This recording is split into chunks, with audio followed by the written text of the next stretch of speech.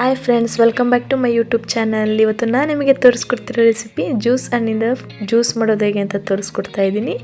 ಇದನ್ನು ಇಂಗ್ಲೀಷಲ್ಲಿ passion fruit ಅಂತ ಕೂಡ ಕರೀತಾರೆ. ನಾನಿಲ್ಲಿ 3 ಜ್ಯೂಸ್ ಹಣ್ಣು ತೊಗೊಂಡಿದ್ದೀನಿ. ಇದನ್ನು ಈ ರೀತಿ ಮಧ್ಯದಲ್ಲಿ ಓಪನ್ ಮಾಡ್ಕೊಂಡು ಇದರೊಳಗೆ ಇರುವಂತಹ ಜ್ಯೂಸ್ ಸೀಡ್ಸ್ನ ಒಂದು ಜಾರ್ಗೆ ಸೇರಿಸ್ಕೊತಾ ಇದ್ದೀನಿ.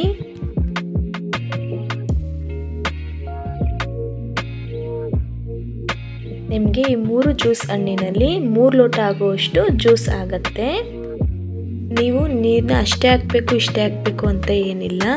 ಈ ಹಣ್ಣು ತುಂಬಾ ಹುಳಿ ಇರೋದ್ರಿಂದ ನೀವು ನೀರು ನಿಮಗೆ ಎಷ್ಟು ಬೇಕೋ ಅಷ್ಟನ್ನ ಸೇರಿಸ್ಕೊಬೋದು. ಇದು ಬೇಸಿಗೆ ಟೈಮಲ್ಲಂತೂ ಮಾಡ್ಕೊಂಡು ಕುಡಿದ್ರೆ ತುಂಬಾ ತಂಪಾಗಿರುತ್ತೆ ಮತ್ತು ಟೇಸ್ಟ್ ಕೂಡ ತುಂಬ ಚೆನ್ನಾಗಿರುತ್ತೆ.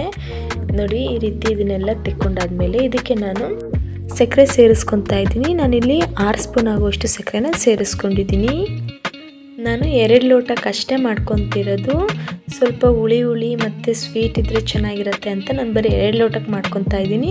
ನೀವು ಬೇಕಿದ್ದರೆ ಇನ್ನೂ ಕೂಡ 1 ಲೋಟ ಎಕ್ಸ್ಟ್ರಾ ಸೇರಿಸ್ಕೊಂಡು ಮಾಡ್ಕೊಬೋದು.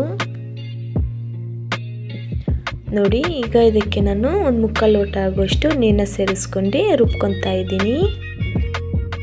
ಇದನ್ನು ರುಬ್ಬಿದಾದ್ಮೇಲೆ ನೀವು ಇದಕ್ಕೆ ನಿಮಗೆ ಎಷ್ಟು ಬೇಕೋ ಅಷ್ಟು ನೋಡಿಬಿಟ್ಟು ನೀರನ್ನ ಸೇರಿಸ್ಕೊಳ್ಳಿ.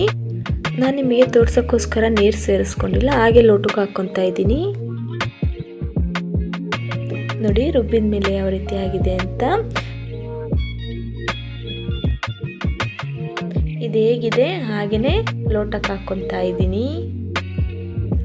ನಾನು ಆಗಲೇ ಹೇಳ್ದಂಗೆ ನೀವು ಇದಕ್ಕೆ ಬೇಕಿದ್ದರೂ ಇನ್ನೂ 2 ಲೋಟ ನೀರು ಕೂಡ ಸೇರಿಸ್ಕೊಬೋದು. ಹಾಗೆಯೇ ನೀರಿಗೆ ತಕ್ಕನಾಗಿ ಸ್ವಲ್ಪ ಸಕ್ಕರೆನೂ ಹಾಕ್ಕೊಬೋದು. ತುಂಬಾ ಚೆನ್ನಾಗಿರುತ್ತೆ.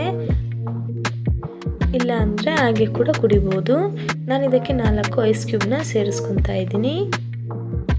ನೋಡಿದ್ರಲ್ಲ ಜ್ಯೂಸ್ ಹಣ್ಣಿಂದ ಹೇಗೆ ಜ್ಯೂಸ್ ಮಾಡೋದು ಅಂತ. ನಿಮಗೆ ಈ ವಿಡಿಯೋ ಇಷ್ಟ ಆಗಿದ್ರೆ ಪ್ಲೀಸ್ ಲೈಕ್ ಮಾಡಿ, ಶೇರ್ ಮಾಡಿ, ಕಮೆಂಟ್ ಮಾಡಿ ಹಾಗೂ ಸಬ್ಸ್ಕ್ರೈಬ್ ಮಾಡ್ಕೊಳೋದನ್ನ ಮರಿಬೇಡಿ. Thank you for watching.